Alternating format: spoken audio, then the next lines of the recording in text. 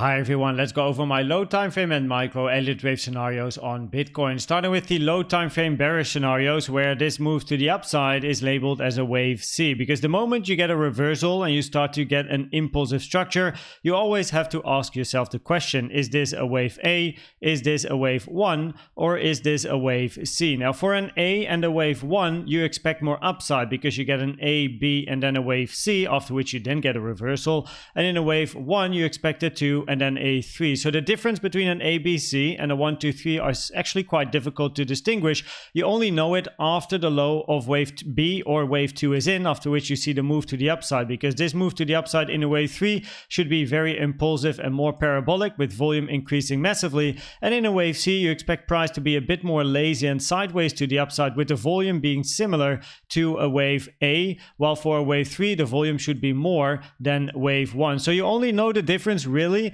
once this low is in. Now, if we have a wave C to the upside over here, of course, a wave C, when we consider the structure, is a 5-wave move to the upside, and also the volume should be highest in wave 3 and all that sort of stuff, right? But what's interesting about a wave C then is that after the high of a wave C is made, the structure to the downside decides already if this was a wave C or if we can get an A or a 1. Now, as it stands now, we are still moving towards the upside. We have the target area for wave C over here.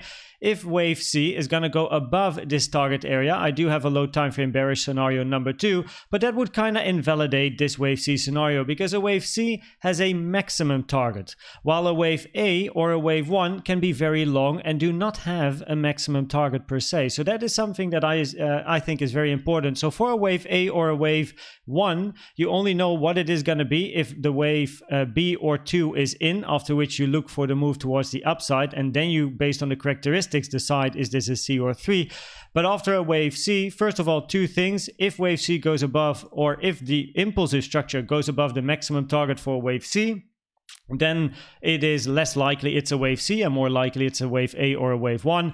And if price is moving to the downside, and depending on the structure you get to the downside, you could potentially already see that this was a wave C, because we might get an impulse to the downside again, right? Like a 5-wave structure, not a zigzag in a 535, but a bigger structure to the downside. So that move to the downside is already important after a wave C, while for a wave A and a wave 1, the low over here and then the next move to the upside is going to be even more important.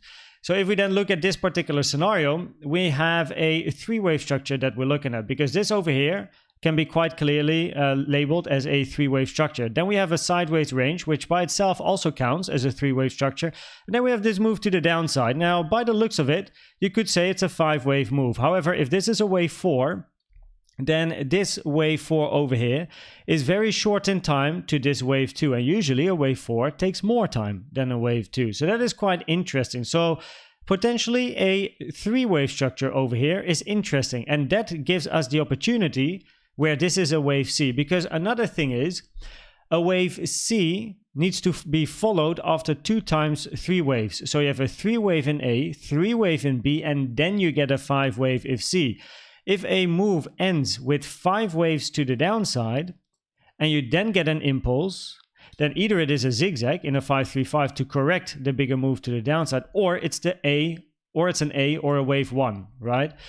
So in this scenario, a 3-wave structure to the downside is still very much on the cards, where this is a wave 4 of a lower count. So we, on the very low time frame, we have a then 1, 2, 3, 4, 5. So we have an A, B, C, where wave C is very long. It's quite extended, but possible. So we then have a 3-wave structure in A, 3-wave in B, 5-wave in C. Now, I might prefer the other scenario that I'm going to show you in a second between the two bearish ones, because this wave B over here retraced to the 1.618, which is pulled from the low to the high of A. The most common target area for a wave B is between the 1.236 and the 1.38, but as you can see, it has not been respected at all. Price moved to the downside and hit the 1.618 to the dollar, basically, which is actually very nice. So very nicely respected. The 1.618 is a rare target for a wave B, usually one you don't really want to see, which therefore gives this scenario a little bit less probability, because this is a rare target. Now, if we look at the target area for for wave C. It's also very big at the moment, but it is that big because wave B also went this low, because there's two ways to decide the target area for a wave C. You have the two 1.618s. So there's two Fibonacci pools that you do. The first one is a trend-based Fib extension from the low of A to the high of A to then the low of wave B. And then the 1.618, which then is, let's see, wave C expanded flat over here. The 1.618, as you can see, that is one target. So that's the lower end in this scenario. And then you grab also a normal Fibonacci. And a normal Fibonacci, you pull it from the high of wave A to then the low of wave B. And you put it again on the 1.618. And then you will see that is the upper target, because the most common target for a wave C is between those two 1.618s, giving us this area over here. What is interesting is that these highs at 27.4K are inside this target area. But nonetheless, this wave B hitting the 1.618, not that great. And that is where this scenario comes into play. So I'll go to the 2 hour for this one. And in this particular scenario, we then have this move as a wave A, followed then by a three-wave structure in a wave B, where this is a zigzag, any corrective structure, and then another zigzag to the downside. So it's a WXY to the downside in then a wave B, for then this to be a wave C to the upside. And now you see that the most common target area for wave B has been respected. Candles wicking and closing inside this area, absolutely fine, for then an impulsive structure to the upside, where you expect a 5-wave move. Again, the double top is an interesting target area, but the most common target area for wave C is between the two 1.618s, which also happens to be in great confluence with the target boxes that we have, because we have a target box over here between 28K and 28.1K, and we have one between 28.9K and 29.3K. So there is some additional confluence in this area, because if you look at my target boxes, you see that over here it is quite empty. Now, I really like my target boxes, like they're very often very nicely respected. Just look at this one over here. This wick hit a target box. You can scroll a couple of videos back. It literally wicked in the target box, moved to the downside, to the other target box, moved to the upside. Now this target box has not been very nicely respected, right? But it can still act as support. That's why it's still on my chart, because I know from experience with the target areas I have that if it gets broken, I keep it on for potentially backtesting and continuation. So we have some target boxes up here, but this is like empty space. For me, the only real like first area of resistance is the double top for maybe a wick, grab the liquidity and then move to the downside, or continuation to the target area of C, where we then have two target boxes. So that is very, very interesting. There's not too much going on over here. And if I actually open the folders with the confluences over here, there's no high time frame levels. Yeah, we have a daily at 27.243, but that's not too interesting. The daily over here has been broken, so we can remove that one. So yeah, okay, daily over here, but it's right below these lows. So I think if price is going to move up towards this daily, I think the double top is going to be taken anyway. So I don't really show that daily too often. Then high time frame point of control as well. We bounce right on top of the weekly naked point of control. Absolutely brilliant. The current weekly point of control is at 26K over here. We broke it to the upside, might backtest it potentially, who knows. And we have the current monthly point of control, which switched. It was here, but then price broke to the upside, started ranging, and now it moved back towards the upside at 26,450. So this is also, again, interesting, but we're already ranging around this level. It's not really support, not really resistance. We're right on top of it. So, you know, there's nothing really too interesting inside this area, to be honest.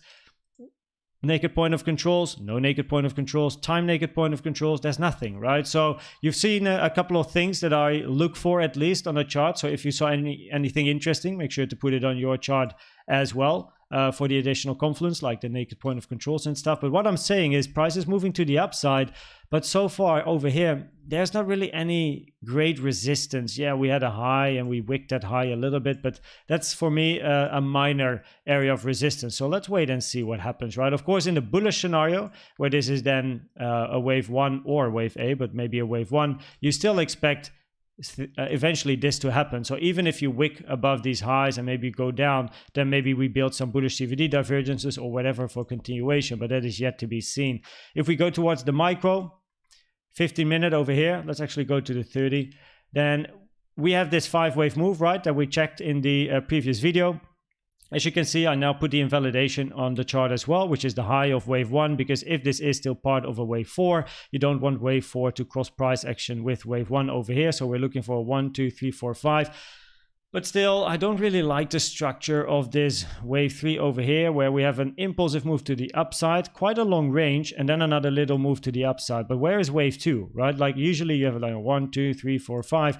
Where is our wave 2 over here, right? So that makes me doubt a little bit on what we're actually looking at. But the bullish scenario still is that this is an impulsive structure to the upside. It matches the volume so far, where you have the volume of wave 1 being, well, lower at least than the volume of wave 3, because you want to see this to be the highest volume, which is exactly what you have. And if this is then a wave 5, you had lower volume again in wave 5 compared to wave 3, which is everything according to the rules of Elliott waves, right?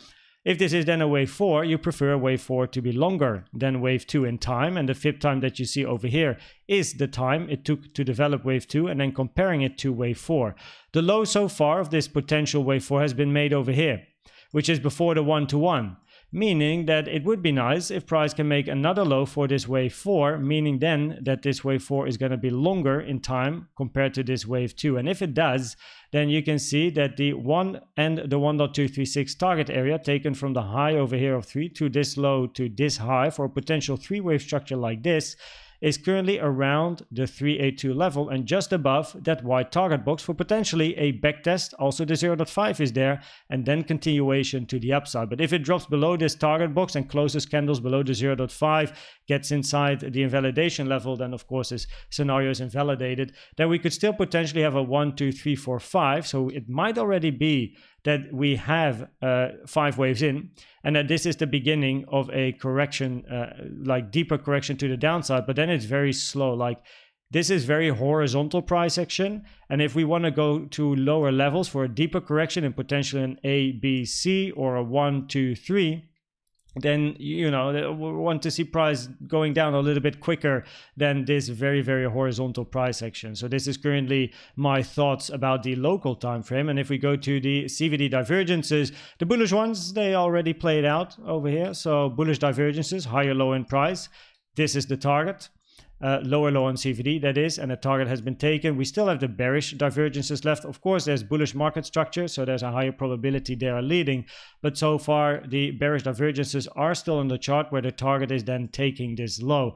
And if we go to the CVD chart, you can actually see it. Higher low on price over here, higher low on price, lower low on the blue CVD. That played out. It took the high, and now we have the bearish CVD left. And CVD, guys, I keep repeating myself, but it's such a good tool. In my opinion, it is the best indicator you can use. As I always say, in the past when I started, I used RSI and I had stochastic and all that stuff on my chart, but those momentum things, I couldn't really make them work because sometimes the momentum is slowing down, but price just keeps going and going and going. And with CVD, you have such clear trades as well, such clear invalidations. It's absolutely nutty. But hey, if you want to know more about all of that, just make sure you check out this most recent educational video about the best trading indicator, which for me is the CVD. I hope this video was helpful or valuable to you, and I'd like to thank you for watching and subscribing, and I will see you at the next one. Bye bye.